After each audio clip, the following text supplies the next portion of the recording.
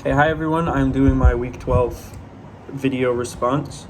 Um, so I have chosen two of the accounts that we have read and watched that I found very inspiring. Well, one of them I found inspiring, and then one of them just was very insightful to me. So the first thing that I found very inspiring was the video that we watched of the comfort woman, Kim Bok Dong. Her story was very first of all, it was very informative. She actually remembered a lot of the time, which makes sense because it was very traumatic for all of the women that had to go through that. But the fact that she was able and willing to step forward and give these people her story again after she had told so many people the story before was just very inspiring to see, because she's 93 years old and she's still living with this trauma today, and the fact that she's able to talk about it is incredible. One of the things that I found very inspiring about it was that despite the fact that the Japanese government, kept trying to keep her silent, they never apologized, they never really gave them any type of, like, they paid her a little bit of money, but it wasn't much. And she's still trying to get the truth out. It was very brave of her, because governments don't really like when you tell on them and tell the world what they've done. So it's very brave of her to step forward and speak out about that.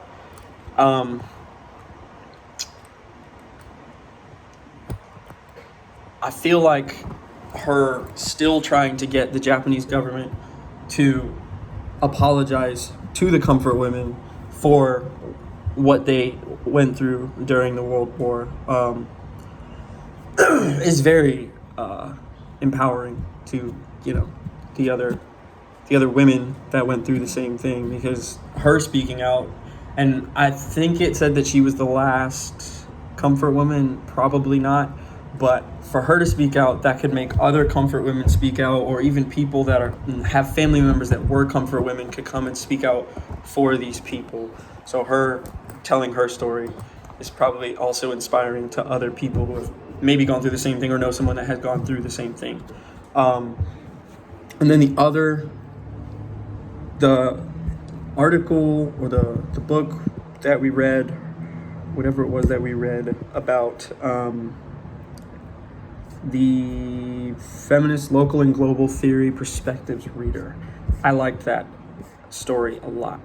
The invisibility is as unnatural disaster. I liked it a lot because first of all, it showed a lot of arrogance in her students, that these students were like, if somebody were to drag you from your home, like right now, just drag you from your home, tell you had to relocate to wherever they wanted you to go to, and your entire life has to change because they told you to, not by choice, but because they told you to, or there would be consequences, I would feel a little oppressed too. And the fact that her students didn't even consider the fact that those Asian Americans were probably feeling oppressed was very, very ignorant, in my opinion.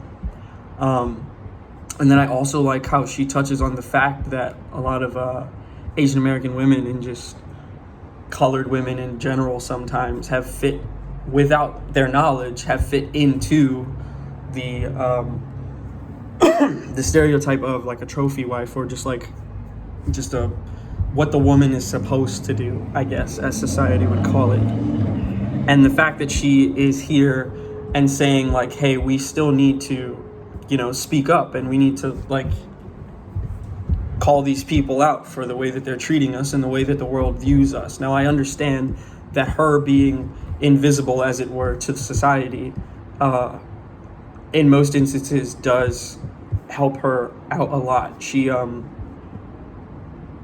I'm sure she still, and she even says it, she still encounters racism throughout her daily life, but a lot of it she just kind of pushes to the side, which I guess is fine if that's how you like to live your life. You just let things go. But I feel like at some point somebody does need to speak up. And, you know, being that she is the Asian American woman in her English department, she's pretty much the only one that can speak up. So her empowering all these other women and these other women of color, Asian women, is just very, very moving. And I'm sure that many people, many like Asian Americans, probably read this and decided to speak out about how they felt about that. So that's all I had to say for this video. Thank you.